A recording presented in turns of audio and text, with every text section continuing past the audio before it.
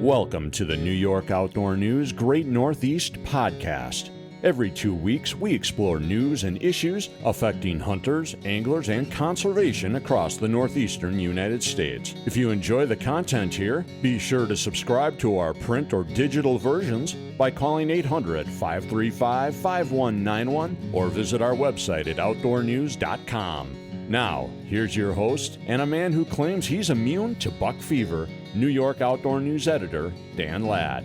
This episode of the Great Northeast Podcast is brought to you by the Family Forest Carbon Program, a collaborative initiative created by two nonprofit organizations, the American Forest Foundation and the Nature Conservancy, assisting landowners in improving the health of their land with long-term sustainable forest management practices while providing guaranteed annual income.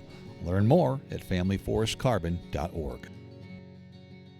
Greetings and welcome to the Great Northeast Podcast. I'm your host, Dan Ladd, editor of New York Outdoor News. As always, happy to be along and especially happy to have you along as we are in the early days of what many consider to be the meteorological summer. There's some out there that feel summer begins June 1st and encompasses the months of June, July, and August. And well, if you've been outside lately, you can probably not disagree with those folks because we're getting some pretty seriously warm weather here after what's been a relatively cold spring or colder than average spring. And some of the forecasts we've seen say that we're headed for more of that. We may even be into a heat wave by the early part of mid-June. So let's see how that plays out.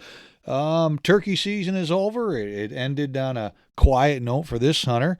For the first time in many years, I did not put a tag on a turkey. Some of that's my own doing because I passed on some smaller jakes early in the season, holding out for a gobbler, knowing I was in an area that had gobblers. And, well, that gamble just didn't pay off this time around. And no frets. Hey, I had a good season, got to spend a lot of mornings out there. Never did get too many solid full days in just because of the schedule, but I was able to go several mornings before work. And again, I love seeing the sun come up and being out there that time of morning. And you know, even though during the late season a lot of people say, hey, go late in the day, late in the season, my work schedule just doesn't really afford that all the time. So just like anything else, the best time to go is when you can.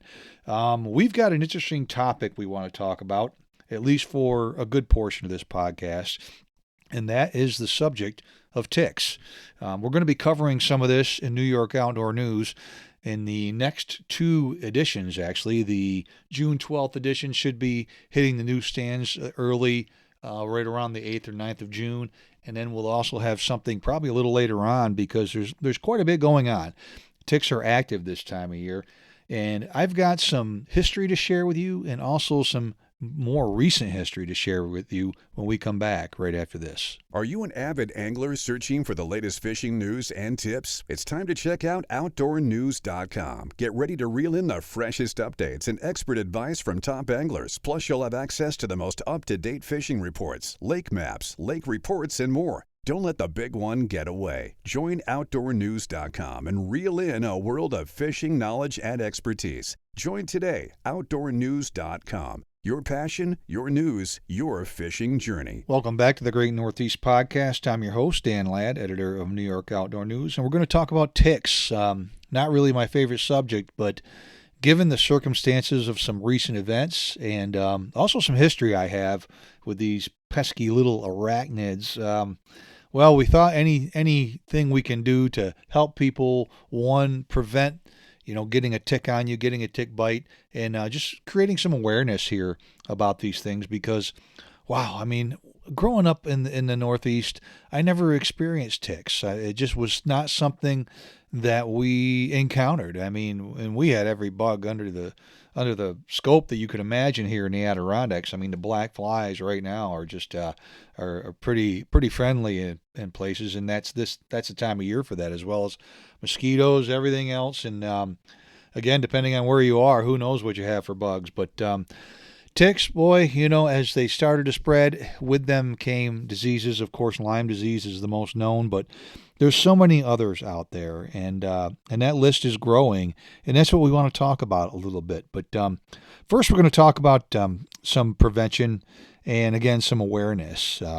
This past weekend, the weekend just ahead of when we're recording this podcast, this episode, my wife and I were camping at Louis Lake in the Central Adirondacks. Louis Lake is a nice little campground. It's located on the south end of Indian Lake, Hamilton County. And that might be a spot where people might say, hey, I'm going to get away from the ticks up there. But let me tell you, my experience in the Adirondacks, especially in the last decade or so, is that that's not the case. I hunt in Warren County, the northern part of Warren County, and it's not uncommon on a warm day in November, and especially October, to look down and have a tick crawling on your leg or up your shirt or jacket or whatever it is you're wearing. And again, it's just something we all need to be aware of and be conscious of.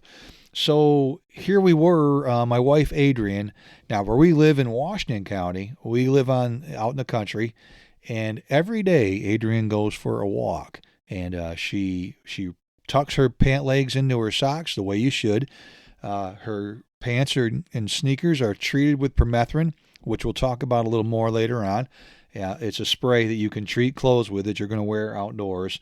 And she also puts a little extra spray on, and she goes for a walk. And this has been going on for years, and she's never, ever had a tick on her. So here we were up in Louis Lake. We had some nice weather. It wasn't warm by any standards. One day it never got out of the 50s. Pretty windy. But we went up, and the first morning that we were there after spending the night, she says to me, "What's this on my leg?" And I take a look at it, and sure enough, she's got a tick just starting to become embedded in her. So we got the tweezers out. I have a tick removal kit, but you think I could find it on the very first camping trip of the year? Well, not in this case. But so we got the tweezers out. I pulled the tick, and it was a deer tick. That same day, I took a drive down to the town of Speculator. I went down there to catch up on my email and do a few things for Outdoor News. They have Wi-Fi there at the library. While I was there, I called a family member who works in a doctor's office, spoke with them, spoke to a pharmacist, and arranged for Adrienne to get doxycycline. It's the key antibiotic for most tick stuff, and we'll touch on that again shortly. And anyways, they said, get her that within 72 hours, and she should be on her way with the treatment.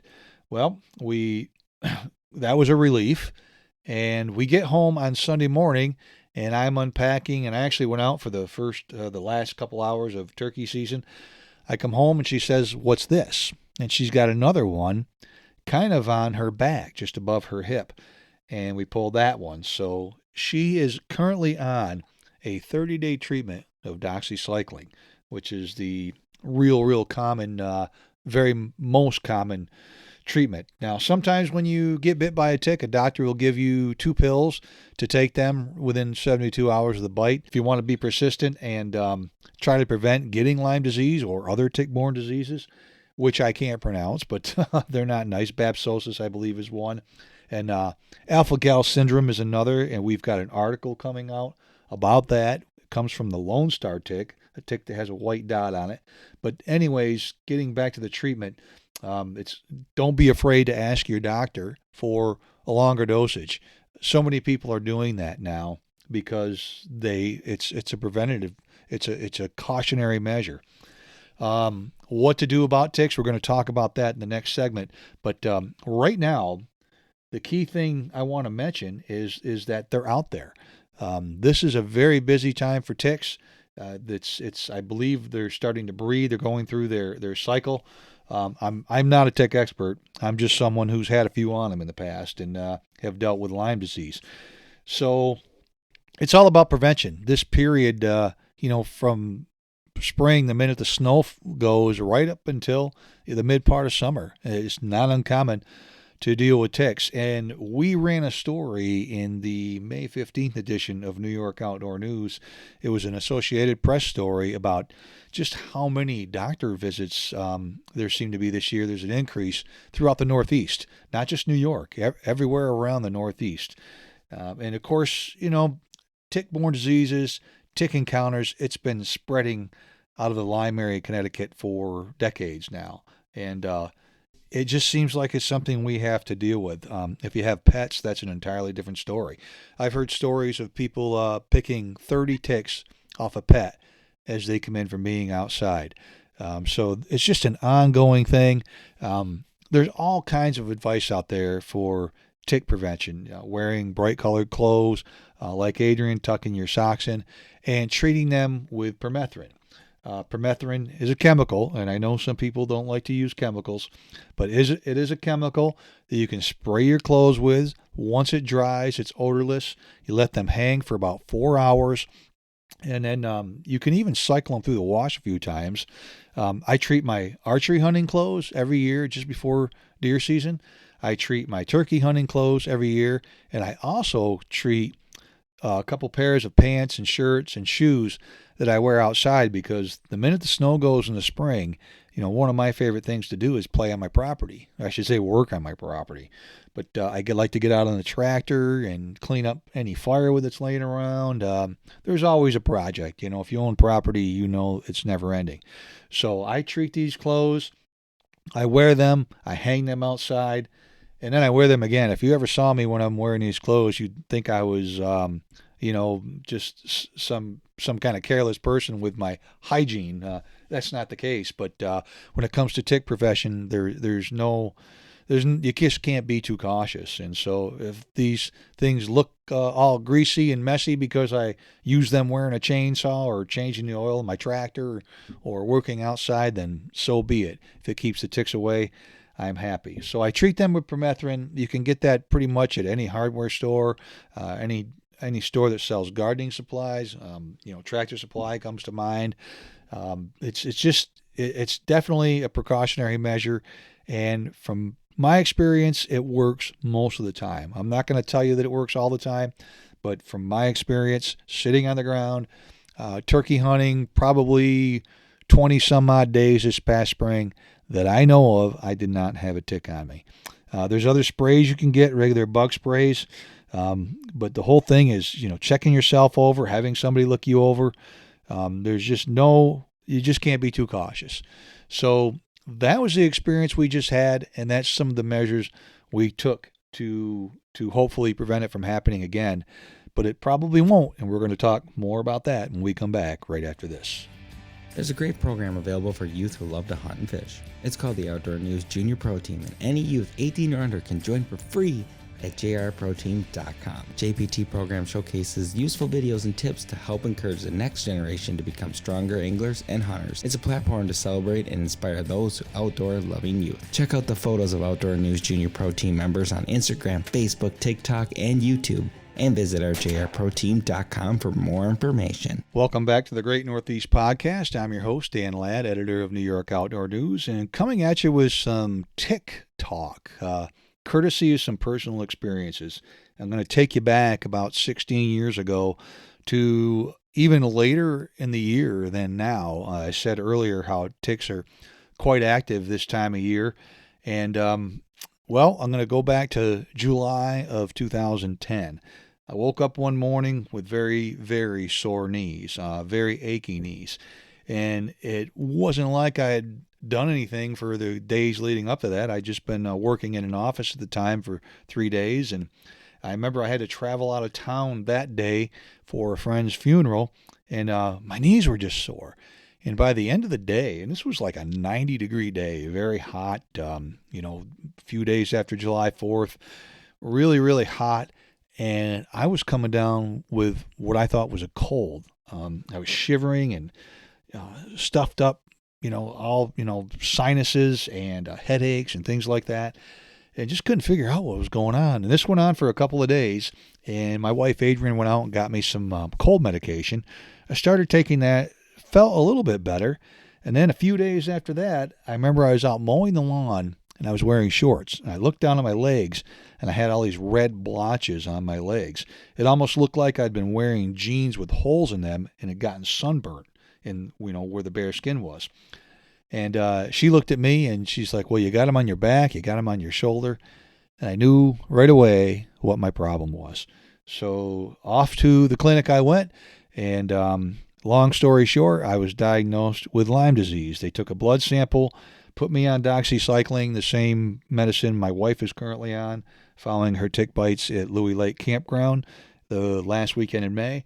And I was on that for 3 weeks and spoke with a physician a couple of times and did some follow-up stuff on this for like 6 months. And I remember back then one of the things the physician told me is your symptoms will go away slowly and they won't be as intense. And he was 100% right. But other people haven't been so lucky. I have a friend whose wife has chronic Lyme. She can hardly consume anything other than eggs. She's very weak. She's been basically through a very, very rough time. And we all probably know somebody who says that. Now, the tick, when I got bit in 2010, I never knew I got bit. I never found a tick on me. It didn't happen. But when I look back, the days prior, we had a nice long, 3-day weekend for July 4th, and all I did was work outside. I mowed the grass and weed whacked, and I probably cut some firewood, and I was doing things outside, not just on the lawn, but on the edge of the woods and things like that. Somewhere along the way, I picked up a tick, likely in a nip stage, which is very small, and it probably got somewhere where I didn't know and never knew it was on me, and I wound up getting Lyme disease. And once you have Lyme disease, you always have Lyme disease. And if you ask me, I think it's still with me. Of course it's still with me, but I think I still have flare-ups from time to time. I really can't say. My doctor can't say. But I'm going to tell you something about this since that time. One of the things that's changed in my life is I really cannot stand hot weather anymore. The minute it gets muggy and humid, and I know that happens to a lot of people with age, but it really seemed to happen to me right after this. The next year, I just all of a sudden was kind of sensitive to heat, and I just don't. To this day, I do not like the hotter weather. People say they're going to retire and go to Florida. I want to go to the Arctic. That's what I want to do. Not that I'm a winter lover. I just don't respond to the heat the way I did when I was a younger person. So that was the follow-up. So from that, I became very cautious of ticks. All the measures I just spoke about, I do, especially treating my clothes. And I know people are wary of using a chemical. I certainly understand that. But what's the alternative? Getting a chemical injected into your body by an arachnid the size of a pinhead. That's your other option. How can we not hope that there's some sort of cure for this and other tick-borne diseases down the road, like Rocky Mountain spotted fever? But still, no amount of caution escapes me from this. We just came back from a camping trip where Adrian got bit. Well, it was probably 7-8 years ago. I got a tick on me at another camping trip. A couple days later, I come home and found a tick on me, and it had blown up and was all, it was gorged in and it was filled up with blood. Looks like a coffee bean. That's the best way to describe it. And off to the doctor I went to get another treatment, and fortunately there was no, there was no further symptoms. I didn't develop any symptoms. But 2 years ago, on the opening day of the Northern Zone deer season, I shot a pretty nice buck in Warren County, and handling the buck, field dressing it, I was cautious. I wear gloves. I was cautious of ticks. That wasn't the problem, but I'll tell you what was. When I skinned that deer a couple days later, it wound up getting warm. As you know, late October can be very warm. And if I recall, it was, like temperatures in the high 60s. So we got after this deer and got it butchered. And I skinned the deer on a Monday, and on Tuesday evening, I found a tick on me. It was on my hip, just above the waistline. 2 days later, I found another one on my back. And this was all, I believe, from handling this deer, because that's the only thing that I could think of where I would have been exposed to ticks other than my time in the woods when I'm wearing clothes. So what do I do now? Well, I wear a long sleeve shirt when I skin a deer. I wear gloves, and that shirt and sometimes the gloves are treated with permethrin. Again, it's a precautionary measure. It's not a guarantee. But as someone who has dealt with Lyme disease, I'm here to say you just don't want to deal with it. My symptoms, even in the weeks following after I started to receive treatment, I was still having headaches, especially in the back of my head, near the cranium, near where the spine meets the skull. It was just headaches like I'd never had, not so much the intensity of them, but just like I'd never experienced before. And people I've talked with that have had Lyme disease, or, well, you always have it, express a number of different symptoms. It's unbelievable. So again, we want to take precautionary measures. We want you to do anything you can to keep ticks off you. And the main thing is be aware that they're there. Check your pets, check your children, check your loved ones, your spouses. Anytime you do something outside, and I'm getting ready to go on another camping trip, so I'm going to be tick conscious. Does it work every time? Unfortunately, no. But with a little bit of luck and a lot of care, hopefully it'll work all the time. We got a few more things we want to catch up on. That's enough of the tick discussion for now. Some happier topics when we come back right after this. Your land is your legacy, but keeping it healthy and thriving means caring for it now and in the future. The Family Forest Carbon Program can help you do right by your land with guaranteed income, help developing a forest management plan, and advice from experts. If you own 30 acres or more of forest land in Vermont, Massachusetts, or New York, you may be eligible to enroll in the Family Forest Carbon Program. Visit familyforestcarbon.org and enroll today. Welcome back to the Great Northeast Podcast. I'm your host, Dan Ladd, editor of New York Outdoor News, and we want to say congratulations to my buddy, Debbie Brosen of Kinderhook in Columbia County. Deb is our 2026 New York Outdoor News Person of the Year. And let me tell you something, folks. This award is well deserved. Yes, I do know Deb very well, and I was very pleased to see the nominations. This is the second year in a row that we've probably had more nominations for the person that we've given the award to than I've ever seen. Last year it was Joe Rist, a fly fishing shop owner down in the Catskills who does a lot with veterans, and there was an outpouring of support for Joe, and there was an equal amount, if not more, for Deb. And there's a good reason for that. If you're not familiar with Deb, we've had her on the podcast here before. She's a very talented artist. She's the founder of Feather Art Studios. She's well known for painting on turkey feathers, but believe me, she can do just about anything when it comes to art. And the thing about it is she uses her talent to help other people. For years and years and years, she has donated prints to groups like the National Wild Turkey Federation, the Northeast Big Buck Club, Rocky Mountain Elk Foundation, so many to name, Ducks Unlimited. I could keep going. Local gun clubs, county fishing game or county conservation councils and federations, youth programs that are in other states. I mean, the list goes on and on and on and on. And this I knew, but as the support started to roll in for Deb, it was just we weren't able to include everything in the article that we have about this in the upcoming edition when we announce this. It'll be in the June 12th issue of New York Outdoor News, a full-page spread explaining the award and all the accolades that come Deb's way. I've known her for years. I met her at a sports show a number of years ago, and she became active with the New York State Outdoor Writers Association. In fact, she's the current president.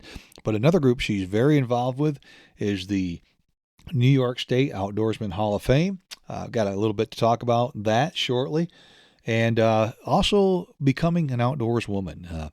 Deb went to the workshop that they have every year, sometimes in Warren County and other places like Greek Peak in Cortland County, and they move this around in New York.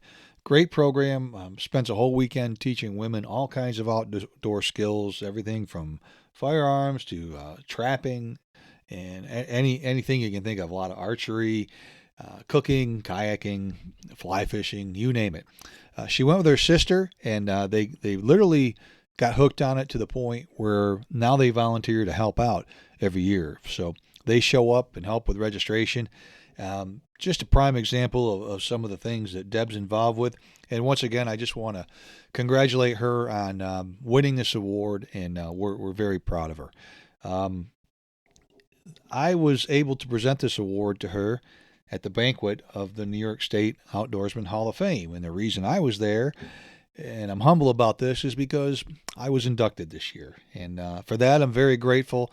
I'll be honest with you, I'm not an awards person. I don't really care about winning awards.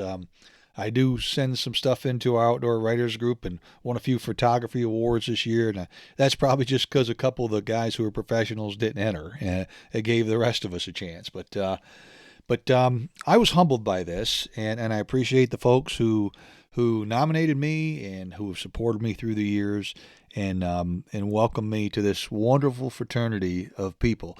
As someone who works in the outdoor industry, it's just a wonderful group of people. And I found this out the more I got involved.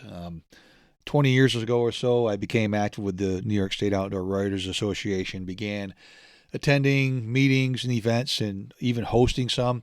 And what became so much fun about it was the people, just these great people that you see only a couple of times a year. And they do so much. It's amazing how much volunteerism goes on at the professional level. All these people may work in the industry, but they put in a lot more than they take. I can tell you that. And thank God we have them. That's why we have youth programs and outreach and things of that nature that help people learn outdoor skills. So again, I'm very grateful to be a member of the New York State Outdoorsman Hall of Fame. I'll have a plaque with my name on it at the Wildlife Sports Educational Museum, which is a great place to go to, by the way. That's in Vail Mills in Fulton County. If you've never been there, it's really impressive. It's really something to see. Put that on your list of destinations. But I just wanted to mention a few things about those awards, and once again, congratulate Deb on being the New York Outdoor News Person of the Year. Hey, we're going to say goodbye. We hope you enjoyed the podcast and mainly that you took something from it today regarding our discussion on ticks, because it's really important. We want you to be safe out there and try and avoid them at all costs. Here's hoping you got a big fish in your net and a big buck on your meat pole. For New York Outdoor News and the Great Northeast Podcast, I'm Dan Ladd. Missed a past episode of the New York Outdoor News Great Northeast Podcast? You can find previous programs at outdoornews.com or via your favorite podcast streaming platform.